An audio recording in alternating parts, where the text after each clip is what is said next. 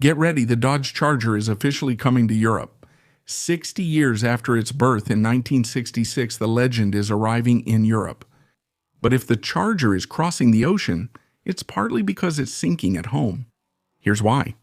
Last year, Dodge launched the all-new Charger Daytona, and for the first time in its history, to overtake the Mustang at the finish line of modernity, Dodge released a fully electric Charger. The idea was to prove that you could make a muscle car that runs on electricity. On paper, it's a beast. All-wheel drive, a giant 100 kilowatt-hour battery, and powerful outputs from 536 horsepower for the RT version to 670 horsepower for the 670 horsepower for the Scat Pack version. They even gave it a fake exhaust sound through the speakers to simulate a V8. Except that Americans, the ones who buy Dodge, are purists.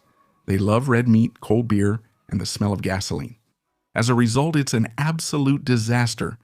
In 2025, Dodge barely managed to sell 7,000 units of its electric Charger Daytona in the United States. To give you an idea of the humiliation, in 2024, Dodge managed to sell 4 times as many old gas-powered Challengers, even though production had already stopped. Customers preferred to buy the leftovers rather than the new technological marvel. In the face of this disaster, Europe appears to be an unexpected lifeline. Dodge thinks that maybe the European market, which is more used to electric vehicles, will be more receptive. But let's not spoil our fun, because Dodge, sensing the danger, was smart enough not to come empty-handed. The brand has adopted an approach they call multi-energy.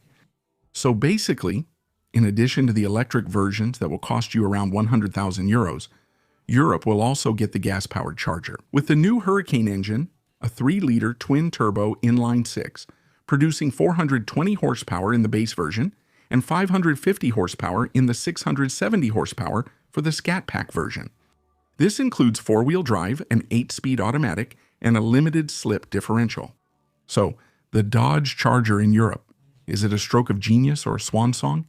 In any case, it's a bold gamble. And keep in mind, just because it's coming to Europe doesn't mean it'll necessarily come to France. To be continued.